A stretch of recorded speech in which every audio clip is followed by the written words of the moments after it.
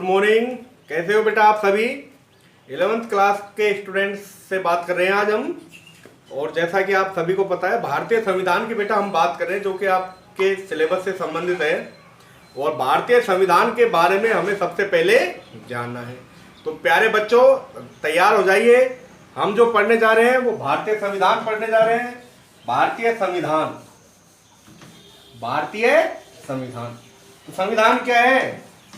संविधान एक ऐसी व्यवस्था है जिसमें देश के सभी लोग सामूहिक रूप से कानून का क्या करते हैं? पालन करते हैं। किस देश के? जिस देश का संविधान होगा। तो आज हम यहाँ भारतीय संविधान की बात कर रहे हैं। तो भारतीय लोग क्या करेंगे बेटा? पालन करेंगे। तो देखिए स्टूडेंट्स, जो बात करने जा रहे हैं हम भारतीय संविधान की, किसकी बात करने जा रहे हैं? भारतीय संविधान की। तो भारतीय जो संविधान है एक लिखित संविधान है। कैसा संविधान है? लिखित संविधान है।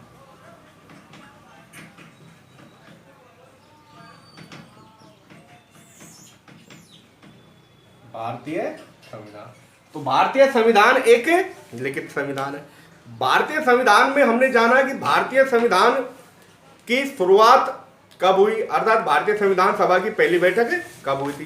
तो जैसा कि आप सभी को पता है, भारतीय संविधान सभा की पहली बैठक 9 दिसंबर 1946 को हुई थी। ठीक है बेटा। और 9 दिसंबर 1946 को सर्वसम्मति से अध्यक्ष बनाया गया था। अध्यक्ष किसको बनाया गया था? अध्यक्ष बनाया गया था डॉक्टर सच्चिदानंद सिन्हा को।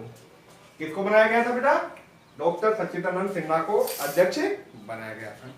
तो डॉक्टर सच्चिदानंद सिन्हा को जब अध्यक्ष बनाया गया था तो उस समय वो समिति के सबसे बुजुर्ग सदस्य थे। कैसे सदस्य थे? समिति के सबसे बुजुर्ग सदस्य थे। आगे देखिए कि जो भारतीय जो संविधान है, ठीक है ना, तो संविधान क्या करता है? संविधान किसी भी देश की राजनीतिक व्यवस्था का बुनियादी ढांचा निर्धारित करता है। संविधान क्या करता है? संविधान किसी भी देश की राजनीतिक व्यवस्था का बुनियादी ढांचा निर्धारित करता है। यह होता है संविधान। संविधान दो प्रकार के होते हैं, 2 टाइप्स ऑफ कॉन्स्टिट्यूशन। संविधान लिखित भी होता है और संविधान अलिखित भी होता है। तो संविधान निर्माण के लिए जो गठित प्रतिनिधि सभा थी, ध्यान देना, संविधान निर्माण के लिए जो गठित प्रतिनिधि सभा थी उसको क्या कहा जाता था? संविधान सभा कहा जाता था। अब देखिए संविधान सभा के लिए, तो संविधान सभा के लिए जैसा कि हम लोग बात कर रहे थे, तो संविधान सभा के सिद्धांत का जो सर्वप्रथम दर्शन किया था वो 1895 में स्वराज दर्शन या बाल गंगाधर तिलक के दर्शन स्वराज विधेयक से प्राप्त होता है कि 1895 के स्वराज विधेयक में संविधान सभा के सिद्धांत के प्रथम दर्शन होते हैं। 1922 में महात्मा गांधी ने कहा था कि भारतीय जो संविधान होगा, 1922 की बात कर रहे हैं, और 1922 में हमारे देश के जो राष्ट्रपिता है, तो राष्ट्रपिता बेटा महात्मा गांधी है। और महात्मा गांधी ने कहा था कि भारतीय जो संविधान होगा भारतीयों की इच्छा के अनुरूप होगा। ठीक है ना। भारतीय संविधान की विशेषताओं के बारे में हम अध्ययन कर चुके हैं। अब जो हम अध्ययन करने जा रहे हैं वो अध्ययन करने जा रहे हैं भारतीय संविधान में मूल अधिकारों का या अधिकारों का। ठीक है ना। किसका अध्ययन करने जाते हैं? मूल अधिकारों का।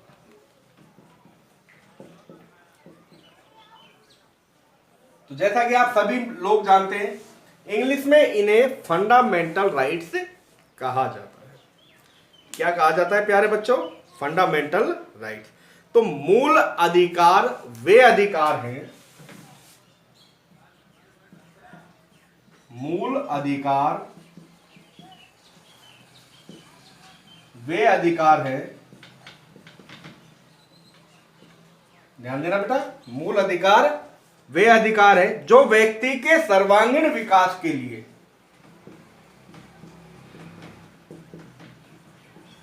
जो व्यक्ति के सर्वांगीण विकास के लिए, किसके लिए? व्यक्ति के सर्वांगीण। ध्यान देना कि मूल अधिकार वे अधिकार है जो व्यक्ति के सर्वांगीण विकास के लिए आवश्यक होने के द्वारा, कैसे बेटा? आवश्यक होने के कारण, विकास के लिए आवश्यक होने के कारण भारतीय नागरिकों को, तो भारतीय संविधान की बात कर रहे हैं तो भारतीय नागरिकों को संविधान द्वारा प्रदान किए गए हैं। किसके द्वारा प्रदान किए गए बेटा? संविधान द्वारा प्रदान किए गए मूल अधिकार। ध्यान देना कि मूल अधिकार वे अधिकार है जो व्यक्ति के सर्वांगीण विकास के लिए आवश्यक होने के कारण भारतीय नागरिकों को भारतीय संविधान द्वारा प्रदान किए गए हैं। तो भारतीय संविधान में, ठीक है ना, जो मूल अधिकार है, मैंने आपको बताया था कि भारतीय संविधान में 395 अनुच्छेद हैं। कितने अनुच्छेद हैं? 395। भाग कितने हैं? 22। अनुसूचियां कितनी है? 13। तो ध्यान देना कि भारतीय संविधान में 395 अनुच्छेद, 22 भाग और 12 अनुसूचियां हैं। अब इन अनुच्छेदों का हमें वर्णन करना है। आज हमारा जो टॉपिक है मूल अधिकार है। मूल अधिकार क्या है ये ध्यान दे लेना, ठीक है ना। और भारतीयों को मूल अधिकार की आवश्यकता क्यों हुई? कि नागरिकों के मूल अधिकार आवश्यक है क्योंकि प्रत्येक व्यक्ति क्या चाहता है? सुरक्षा चाहता है। प्रत्येक व्यक्ति क्या चाहता है? शासन की स्वेच्छाचारिता पर रोक लगाना चाहता है, कि शासन की स्वेच्छाचारिता पर रोक लगे। न्यायिक सुरक्षा प्रदान हो सभी को। कैसी सुरक्षा प्रदान हो बेटा? न्यायिक सुरक्षा प्रदान हो। लोकतंत्र के आधार स्तंभ और समानता के कारक, ये सभी व्यवस्थाएं उपलब्ध होनी चाहिए। तो इसे सुनिश्चित करने के लिए किसे? भारतीय संविधान के अधिकारों को। देखिए बेटा, अधिकार अपने अपने होते हैं जब व्यक्ति के अधिकारों को ठेस पहुंचती है, व्यक्ति के राइट्स को ठेस पहुंचती है, नागरिक के अधिकारों को ठेस पहुंचती है, तो व्यक्ति क्या करता है? न्यायालय की शरण लेता है। किसकी शरण लेता है? न्यायालय की शरण लेता है। तो सुनिश्चित करने के लिए भारतीय संविधान के भाग 3 में, ध्यान देना, भारतीय संविधान के भाग 3 में अनुच्छेद 12 से 35 तक मूल अधिकारों का वर्णन किया गया है। ये इंपॉर्टेंट बात है और ये ध्यान रखनी है कि भारतीय संविधान के भाग 3 में अनुच्छेद 12 से 35 तक, अनुच्छेद 12 से 35 तक मूल अधिकारों का वर्णन किया गया है, ठीक है ना। संविधान के भाग 3 को, बहुत इंपॉर्टेंट क्वेश्चन है बेटा, बहुत इंपॉर्टेंट। संविधान के भाग 3 को भारत का मैग्ना कार्टा कहा जाता है।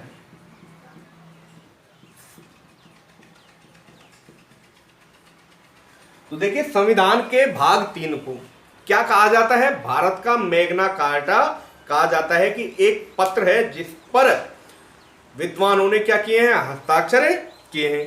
तो भारतीय संविधान के भाग 3 को भारत का मैग्ना कार्टा कहा जाता है, ठीक है ना। मूल अधिकारों का तात्पर्य राजनीतिक लोकतंत्र के आदेशों की उन्नति है। मूल अधिकारों से तात्पर्य क्या है? राजनीतिक अधिकारों के या राजनीतिक लोकतंत्र के अधिकारों की उन्नति से मूल अधिकारों का वर्चस्व दर्शाया गया है। अब पूछता है कि ये मूल अधिकार कहां से लिए गए हैं? तो देखिए, भारतीय जो संविधान है, भारतीय संविधान ने अन्य देशों से, अर्थात जो अन्य देशों में जो कानून प्रणाली चल रही थी, शासन प्रणाली, क्योंकि हम जो भारतीय लोग हैं ये तो बेटा अधीनस्थ थे, और अधीनस्थ थे अंग्रेजों के, ब्रिटिश सरकार के। और ब्रिटिश सरकार के जब हम लोग अधीनस्थ थे तो हम लोग शासन के बारे में, संविधान के बारे में सोचा ही नहीं था। और जब 1945 में क्लीमेंट एटली ने, जो ब्रिटेन के प्रधानमंत्री थे, उन्होंने घोषणा कर दी कि भारत को स्वतंत्रता प्रदान की जाएगी, तो भारतीय लोगों ने सोचा कि जब स्वतंत्र ही हो रहे हैं हम लोग, हमारा देश आज़ाद हो रहा है, तो क्यों ना हम हमारे देश का अलग से कानून बनाएं। जैसे सोने की चिड़िया कहा जाता है भारतीय, ठीक है ना, भूखंड को, हिंदुस्तान को, इंडिया को। तो भारतीय संविधानों ने, भारतीय जो लोग थे उन्होंने क्या किया कि जो भारतीय संविधान बनाना चाहा कि भारत का कानून अपनी स्वयं की इच्छा के अनुसार होगा। ध्यान रखे बेटा, ठीक है। आगे देखें अब कि भारत के संविधान को बनाने के लिए विभिन्न देशों से, भारत के संविधान को बनाने के लिए विभिन्न देशों से कुछ न कुछ अवशेष लिए गए थे। तो ये अवशेष मूल अधिकार भी लिए गए थे, और मूल अधिकार कहां से लिए गए थे? मूल अधिकार लिए गए थे अमेरिका से। कहां से लिए गए थे? अमेरिका से। देखिए, हम अमेरिका कह देते हैं आम बोलचाल की भाषा में, आम बोलचाल की भाषा में क्या कह देते हैं? अमेरिका। तो इसे कहा जाता है यूनाइटेड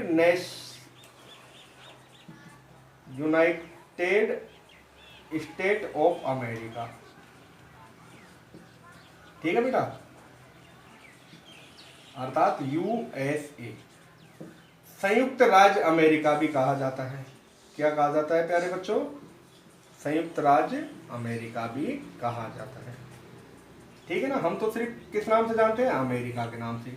वैसे इसको यूएसए के नाम से भी जाना जाता है, जिसका पूरा नाम होगा यूनाइटेड स्टेट ऑफ अमेरिका। दूसरा नाम होगा संयुक्त राज्य अमेरिका। क्या होगा बेटा? संयुक्त राज्य अमेरिका। तो ये दोनों तीनों जो नाम है आपको पते होने चाहिए। ठीक है, अब आगे देखिए, दोबारा से बता रहा हूं कि भारतीय संविधान में भाग 3 में मूल अधिकारों का वर्णन किया गया है। क्योंकि आपके सिलेबस में मूल अधिकार दिए गए हैं, तो हम मूल अधिकार पढ़ रहे हैं। पहले भाग में संघ और उसका राज्य क्षेत्र आता है, दूसरे में नागरिकता आती है, और तीसरा भाग मूल अधिकार से संबंधित होता है। और यह जो तीसरा भाग है मूल अधिकार से संबंधित है, तो हम मूल अधिकारों की ही बात करेंगे। तो भारतीय संविधान के भाग 3 में मूल अधिकार या मौलिक अधिकारों का वर्णन किया गया है। किसका वर्णन किया गया है? मौलिक अधिकारों का वर्णन किया गया है, जो अनुच्छेद 12 से 35 तक वर्णित है। और यह मौलिक अधिकार अमेरिका से लिए गए हैं। कहां से लिए गए हैं? अमेरिका से लिए गए हैं। और जब भारतीय संविधान बना उस समय 7 मूल अधिकार भारतीय नागरिकों को प्रदान किए गए थे। ये भी आप नोट कर लेना कि जब भारतीय संविधान बना, मूल संविधान बनकर जब तैयार हुआ, तो कब तक तैयार हुआ था?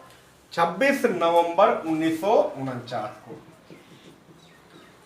ठीक है ना। उस समय कितने मूल अधिकार थे? 7 मूल अधिकार थे। कितने थे बेटा? 7 मूल अधिकार। अब ये 7 जो मूल अधिकार थे कौन कौन से थे? पहला जो मूल अधिकार है, ठीक है ना, एक एक मूल अधिकार को हम सीक्वेंस से पढ़ेंगे। उससे पहले आपको ये होना चाहिए कि भारतीय संविधान में मूल अधिकारों का वर्णन भाग 3 में किया गया है, अनुच्छेद 12 से 35 में। कहां से लिए गए हैं? अमेरिका से। और भारतीय संविधान में भाग 3 को ध्यान देना क्या कहा जाता है? भारत का मैग्ना कार्टा कहा जाता है। ध्यान रह जाएगा? शाबाश। ठीक है ना। अब आगे चलते हैं। देखिए बेटा, इंपॉर्टेंट टॉपिक है, बहुत इंपॉर्टेंट टॉपिक है, आप लोगों के लिए जानना जरूरी है कि जिस देश में आप रह रहे हो उस देश के संविधान को आप लोग समझें, जाने कि इस संविधान में क्या क्या लिखा गया है। ठीक है ना बेटा, ये जानना प्रत्येक भारतीय नागरिक का कर्तव्य है। और जो कर्तव्य है और कर्तव्य को निर्वहन करना भारतीय लोगों की जिम्मेदारी है। आगे देखिए बेटा, मूल अधिकार और मूल अधिकार पढ़ रहे हैं हम। तो मूल अधिकार किस भाग में वर्णित है? मूल अधिकार भैया भाग 3 में वर्णित है। मैं लिख देता हूं यहां दोबारा, भाग 3 में। किसमें? जो अनुच्छेद है वो 12 से 35 है। ठीक है ना। कहां से लिए गए हैं? अमेरिका से लिए गए हैं। भाग 3 को क्या कहा जाता है? मैग्ना कार्टा कहा जाता है। किसका मैग्ना कार्टा कहा जाता है? इसको भारत का मैग्ना कार्टा कहा जाता है। क्या कहा जाता है बेटा? भारत का मैग्ना कार्टा कहा जाता है। अब देखिए, मूल अधिकारों की जो आवश्यकता हुई थी, प्रत्येक व्यक्ति को लोकतंत्रात्मक गणराज्य में अपने इच्छाओं के लिए मूल अधिकारों की आवश्यकता हुई थी कि जब किसी व्यक्ति के मूल अधिकारों का हनन हो, ठीक है ना, जब किसी व्यक्ति के मूल अधिकारों का हनन हो तो व्यक्ति किसकी शरण ले सकता है? अदालत की शरण ले सकता है, न्यायालय की शरण ले सकता है। बेटा अगर कुछ समझ में नहीं आए तो आप मुझसे पर्सनल कॉल करके पूछ सकते हो कि जो हम पढ़ रहे हैं भारतीय संविधान, मैंने पहले भी कहा था कि जो 11th क्लास के स्टूडेंट्स हैं अपना अपना सिलेबस खरीद ले, क्योंकि जब तक आपको पता नहीं होगा कि हमें किस गाड़ी में सवार होना है तो बेटा आप ऐसे ही थोड़ी दूसरी गाड़ियों में बैठते फिरोगे। ऐसे ही आप लोगों को एक सिलेबस खरीदना है और उसी के अनुसार हमको पढ़ना है। तो भारतीय संविधान मूल अधिकार भाग 3 में वर्णित है, अनुच्छेद 12 से 35 तक वर्णित है। कहाँ से लिए गए? अमेरिका से लिए गए। भारतीय संविधान में भाग 3 को भारत का मैग्ना कार्टा कहा जाता है। याद रह जाएगा बेटा, शाबाश। मैंने कहा था कि भारतीय संविधान में जो मूल अधिकार है कितने प्रदान किए गए थे? 7। वर्तमान में कितने हैं? 6। अब देखिए कौन कौन से मूल अधिकार हैं। पहला मूल अधिकार समानता का अधिकार। मैंने कहा था अनुच्छेद 12 से 35 तक वर्णित है। तो समानता का अधिकार जो है अनुच्छेद 14 से 18 तक वर्णित है। ठीक है बेटा, ये अनुच्छेद है, इन्हें इंग्लिश में आर्टिकल भी कहा जाता है। दूसरा है स्वतंत्रता का अधिकार।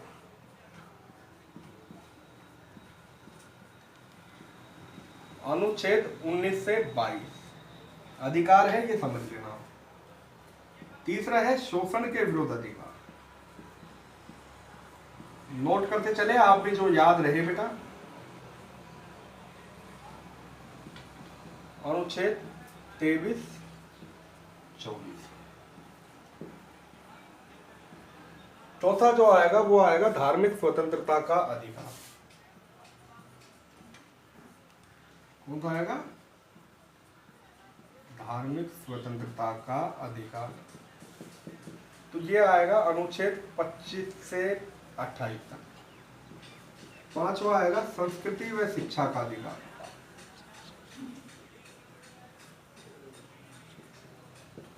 कौन सा है बेटा? संस्कृति व शिक्षा का अधिकार। अनुच्छेद 29 एंड 30। छठा आता है संवैधानिक उपचारों का अधिकार। कौन सा आता है बेटा? संवैधानिक उपचारों का अधिकार। ये हमेशा गलती हो जाती है मुझसे मात्राओं की, तो आप सभी विद्वान हैं स्टूडेंट।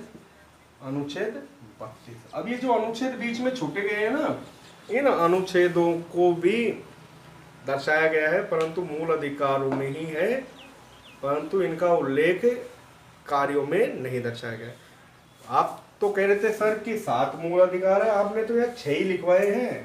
तो 7वां जो मूल अधिकार है वो बेटा संपत्ति का मूल अधिकार था।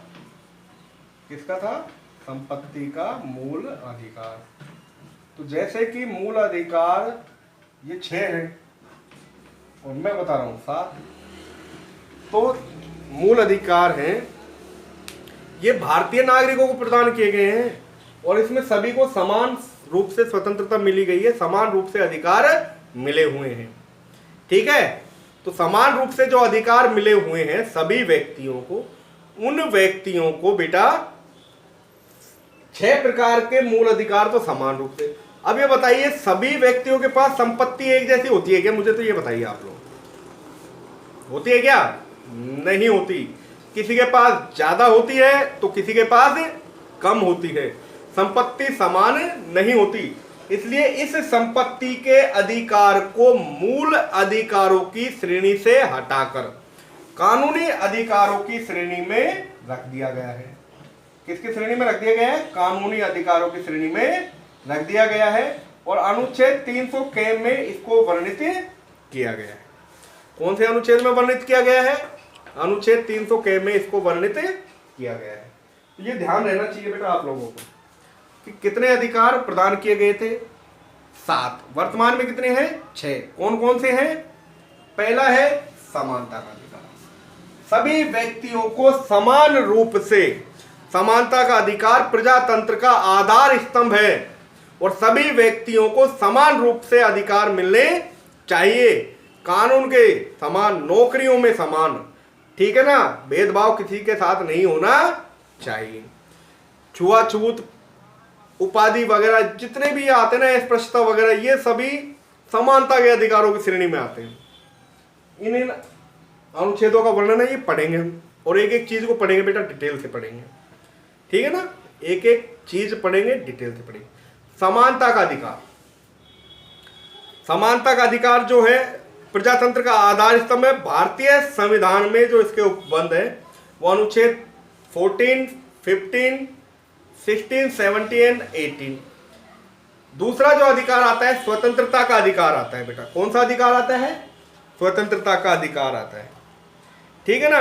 अब स्वतंत्रता का जो अधिकार है तो मूल संविधान में अनुच्छेद 19 में 7 स्वतंत्रताएं प्रदान की गई हैं। कितनी? 7 स्वतंत्र। लेकिन 44वें संविधान संशोधन के साथ साथ संपत्ति के अधिकार को हटा दिया गया, ठीक है ना। तो वर्तमान में भी 6 ही स्वतंत्रताएं रह गई। और कहा गया है अनुच्छेद 19 में कि जब किसी अनुच्छेद में 150 से अधिक शब्द हो जाए तो उस अनुच्छेद को खंडों में विभक्त किया जा सकता है। ऐसा नहीं है कि एक अनुच्छेद लंबा चौड़ा सा बना दिया जाए, नहीं। तो उस अनुच्छेद में, उस भाग में, उस कानूनन कार्रवाई में उसको कई भागों में डिवाइड कर दिया जाएगा। तीसरा पॉइंट आता है धार्मिक और शोषण के विरुद्ध अधिकार। कौन सा आता है बेटा? शोषण के विरुद्ध अधिकार। अब ये जो शोषण के विरुद्ध जो अधिकार है, इसमें जो बालक होते हैं 14 वर्ष तक के कम, 14 वर्ष से कम उम्र के, उन बालकों को कल कारखानों उनके का शोषण नहीं करना चाहिए, उनके अधिकारों का, बाल श्रम का निषेध करना चाहिए, ठीक है ना, ये चीजें आती हैं। उसके बाद आता है धार्मिक स्वतंत्रता का अधिकार।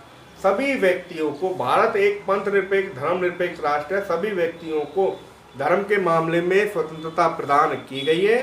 कोई भी व्यक्ति किसी भी धर्म को अपना सकता है, किसी प्रकार की रोक टोक नहीं है, ठीक है ना। आप हिंदू हो, आप किसी अन्य धर्म को अपनाना चाहते हो, जैन धर्म को, सिख धर्म को, तो आप अपना सकते हो, हिंदू धर्म में अगर आप हो। आगे देखिए संस्कृति व शिक्षा का अधिकार। सभी को शिक्षा मूल रूप से मिलनी चाहिए, ठीक है ना, परमानेंटली मिलनी चाहिए, कोई भी बालक शिक्षा से वंचित ना रहे। ये शोषण के विरुद्ध अधिकारों में, वो संस्कृति व शिक्षा के अधिकारों में इसको वर्णित किया गया। संवैधानिक उपचारों का अधिकार। जैसा कि भारतीय संविधान की प्रस्तावना को संविधान की आत्मा कहा जाता है, उसी तरीके से भारतीय संविधान में अनुच्छेद 32 को भारतीय संविधान का हृदय कहा जाता है। क्या कहा जाता है? द हार्ट ऑफ कॉन्स्टिट्यूशन, ठीक है ना, आर्टिकल 32 ये कहा जाता है। तो ये चीजें आपको ध्यान रखनी है। इसको हटाई दिया गया है। किस संविधान संशोधन के तहत हटाया गया था? 44वें संविधान संशोधन अधिनियम 1978 के द्वारा संपत्ति के अधिकार को मौलिक अधिकारों की श्रेणी से हटाकर कानूनी अधिकारों की श्रेणी में। इसलिए तो संपत्ति पर टैक्स, कर वगैरह लगते हैं कि नहीं लगते?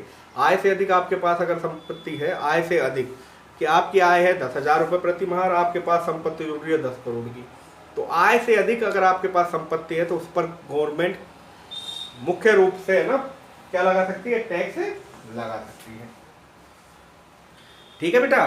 तो टैक्स लगाने के लिए इसको कानूनी अधिकारों की श्रेणी में लाया गया। अब देखिए बेटा आगे इन अनुच्छेदों का एक एक का हम वर्णन करें। अब वर्णन करें तो वर्णन करने में लगता है समय, और जब समय लग रहा है वर्णन करने में मूल अधिकारों को, ठीक है ना, कह रहे हैं कि मूल अधिकारों का वर्णन करने में जब समय लगता है तो समय धीरे धीरे, ठीक है ना, पढ़ना होगा हमें और समय भी बचाना होगा। आगे देखिए बात कर रहे थे मूल अधिकार। तो मूल अधिकार कितने हैं? 6। कौन कौन से हैं?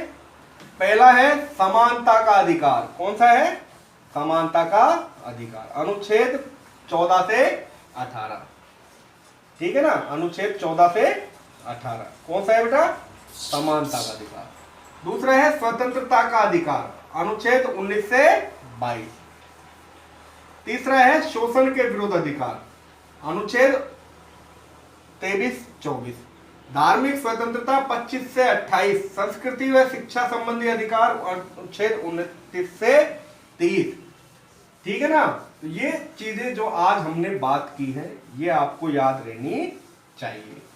ठीक है ना, बहुत इंपॉर्टेंट चीजें हैं और इंपॉर्टेंट है तो इसलिए ये टॉपिक हम पढ़ रहे हैं। अब देखिए बेटा कि हमने यहाँ 6 मूल अधिकारों के बारे में पढ़ लिया है। कितने? 6। पहले कितने थे? 7। तो कौन सा हटा दिया? 7वां हटा दिया।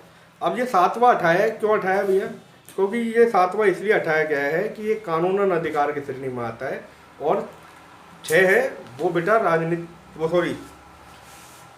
मौलिक अधिकारों की श्रेणी में ही आते हैं। देखिए ये सभी चीजें आपको ध्यान में रखनी है और ध्यान में रखनी है तो बेटा हमें पढ़ना है इनके बारे में।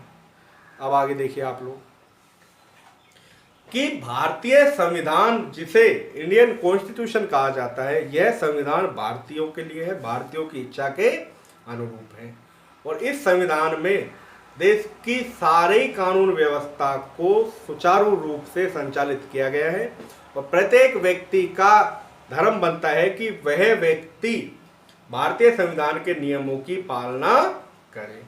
ठीक है ना। जिस तरह से हमारे धर्म ग्रंथ गीता है उसी तरह से हमारा कर्म ग्रंथ, हमारा जो मार्मिक ग्रंथ है वो कौन सा ग्रंथ है बेटा? भारतीय संविधान है। ठीक है ना। भारतीय संविधान के अनुसार ही हमारे देश का कानून चल रहा है। ठीक है ना। कठोर है, लचीला है, दोनों का सम्मिश्रण पाया जाता है, परंतु भारतीय संविधान विश्व का सबसे विशाल संविधान है। सबसे छोटा संविधान अमेरिका का संविधान है। आज की वीडियो यहीं पे हम लोग समाप्त कर रहे हैं क्योंकि जो आगे पढ़ेंगे अनुच्छेद वो एक वीडियो में नहीं आ सकते, समय ज़्यादा हो चुका है। तो नेक्स्ट वीडियो में हम उन सभी को देखेंगे और बेटा समझेंगे। तब तक के लिए आप बुक से मूल अधिकारों के बारे में पढ़ें, मूल अधिकारों के बारे में जानें कि मूल अधिकार भाग 3 में वर्णित है, अनुच्छेद 12 से 35 तक है, अमेरिका से लिए गए हैं। भारत के संविधान में भाग 3 को भारत का मैग्ना कार्टा कहा जाता है। ठीक है बेटा, तब तक के लिए धन्यवाद। पढ़ते रहिए बेटा। ठीक है, कोई भी समस्या हो आप लोग पूछ सकते हैं।